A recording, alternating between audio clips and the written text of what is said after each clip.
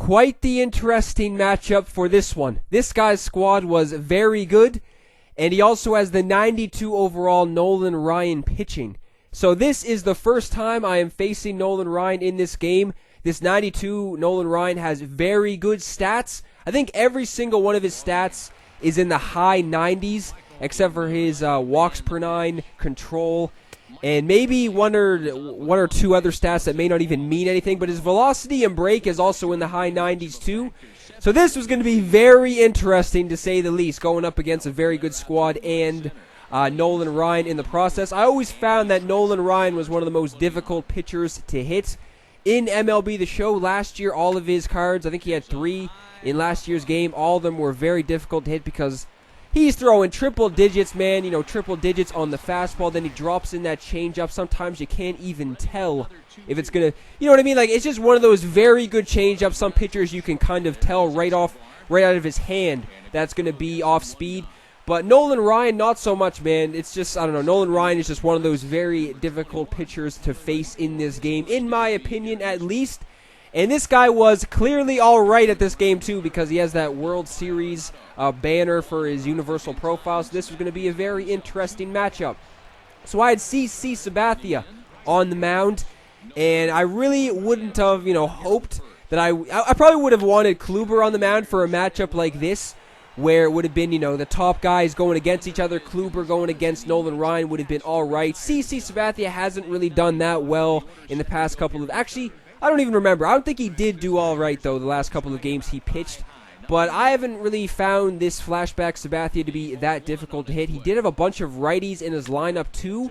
So it wasn't looking good, man. I went into this game just thinking everything was going to go horribly wrong. But you never know, man. Sometimes everything will just be in your favor. Sometimes everything will be in your opponent's favor.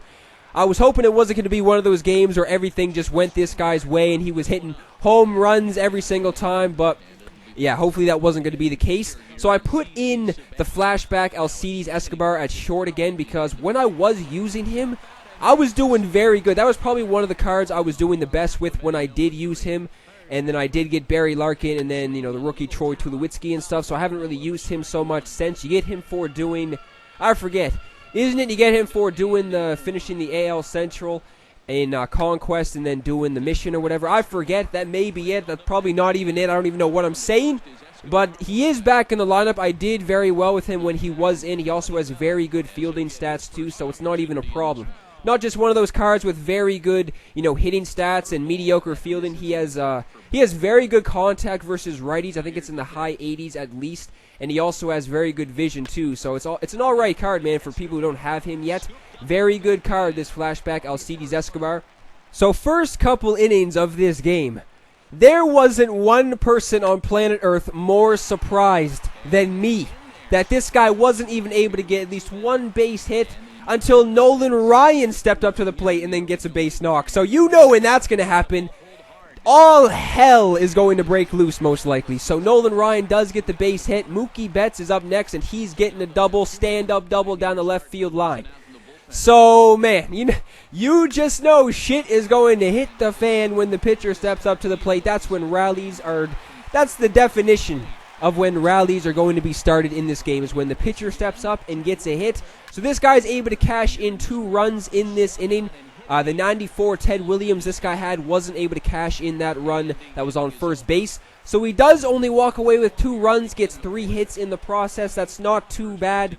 I mean, it wasn't one of those innings where he got like 5 or 6 runs, so that's manageable. As long as it's only a couple runs, we can possibly come back in this game. Who knows, since I was facing Nolan Ryan. But Lofton getting things started off. That was the first base hit for the squad in this game, now in the top of the 4th inning. So I got that speed on base right there. He's going to the pitch out, so I don't want to risk it, even though Lofton has been pretty much making it into second base every single time, even when it's been a pitch out, slide step, no matter what it is. Lofton usually makes it in there, but I don't think I had a really good jump, so I didn't want to risk it. Needed to get at least a run back. Whenever you get a runner on the bases, when you got a pitcher like this on the mound you're facing, you got to cash in that run. So Lofton, I'm taking off with Lofton, and I'm making it in there to second base. So I wanted to steal third base too, because I have a daily mission at this very moment when it's steal 2 bags in one ranked seasons game with a legend player. So if I was able to get on base with Kenny Lofton in this game, I would have been taken off. And right there, I'm taking off for third base. He doesn't even make a throw, so there is the daily mission right there. So possibly I can unlock some of these player epics and shit that everyone else is unlocking, trying to get some of these player epics unlocked for the daily missions, like Sean Green and just other players, because, yeah, I heard that you don't even have to... I thought you had to do another mission or something to unlock those missions at one point, but I guess you just have to re-roll them or just complete the daily missions till you get those. So with Lofton on third base, Arenado is in. This is somebody very good you want up at the plate. He's been going off the past couple of games, but I'm going down looking.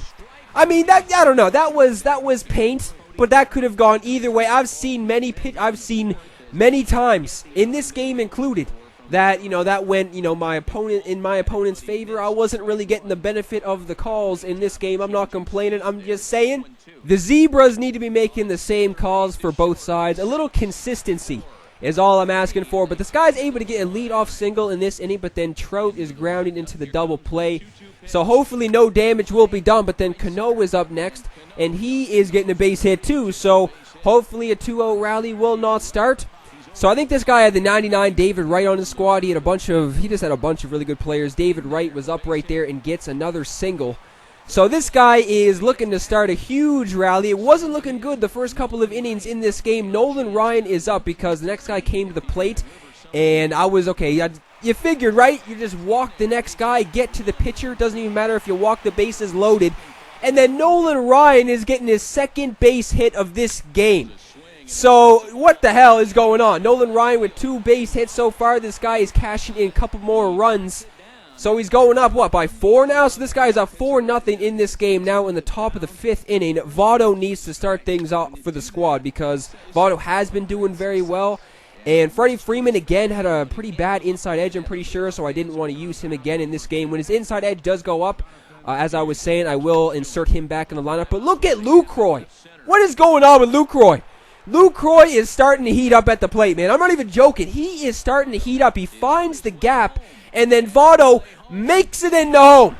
So, getting a run back, possibly that's all right. Granderson is off the bench. So, 1 swing of the bats. This will be a brand new ball game. That is an ugly swing right there on the fastball, but next pitch, I'm waiting on something. It's over. There's a swing and a drive, and everybody's just going to sit back and watch that one fly. A no-doubt home run. Brand new ball game. Granderson, being the beast he is, comes off the bench and does damage. No surprise he does damage. So he gets the 2-run shot. We're clawing our way back in this game. I was starting to heat up against Ryan in the middle innings. I mean, he was just all over me. I couldn't do shit against Nolan Ryan in the first 4 or 5 innings. I couldn't do anything. But look at Lofton finding the gap, and look at him fly around the bags, making it into third base fairly easy. So he gets the triple. So now Brantley is up. Come on, Brantley. Brantley has been on fire the most, possibly out of everybody on the squad, but just getting under that one. That was a late swing too. I mean, if I turned on that shit, the squad would probably have the lead. But it's all good. It's very possible to come back in these games when you're down by 4, down by 5. I've seen leads when you're up by 6 or 7 just disappear in the blink of an eye. So I am clawing my way back in this game next inning. Arenado is somehow finding the grass in right field, so that is a single to begin this inning. So Joey Votto, I thought that was going to be gone, but that is just a fly ball to center field, so wasn't even able to advance the runner. Would have been nice to get him in scoring position at least for Alcides Escobar, because Alcides Escobar has been swinging a good bat like I was saying, so this is somebody I would like to have up at the plate too. But right there kind of getting jammed and wasn't able to get a base hit, do anything. So not able to get a run in that inning, so I did go to Soria out of the pen because I think I said it in a previous video too. I've been doing very well with Soria so far, even though he doesn't throw heat or anything. He has nasty off-speed pitches. Mike Trout, I don't think he did anything in this game so far, but right there he's sending one opposite field. Now this guy's got the 2-run lead, so it's all right. It is all right. Do not panic, because as soon as you go down in games and you're sitting there saying it's all over, that's when it is over. So 2-run deficit, not too bad. I mean, I did get that, 3-run inning, whatever the hell it was. So it's still very likely I could possibly make the comeback in this game. Buddy Bell is up next, fly ball to Lofton, makes that grab easily. So with 2 down in the 7th inning, Matt Holliday is off the bench. He has been a key player off the bench. This is the 93 Holliday too, because I think the 93 Holliday is a lot better than the 95. So I've been using the 93 Holliday off the bench since he does have like very good vision and stuff. So he gets the single with 2 down. So Lofton already with 2 base hits in this game. Need to find the gap again with Lofton. Get at least a run home or something in this inning. We're running out of time. Right there, that's just a fly ball to left field. He makes that grab. So it's running out of time, man. I don't got that much time. 6 outs remaining for the squad to try and make a comeback. So this guy can't score any more runs, especially since it was looking like he was going to go the distance with Nolan Ryan in this game. What the hell is Brantley doing out there in right field? Not really sure what the hell that was. That could have been a single.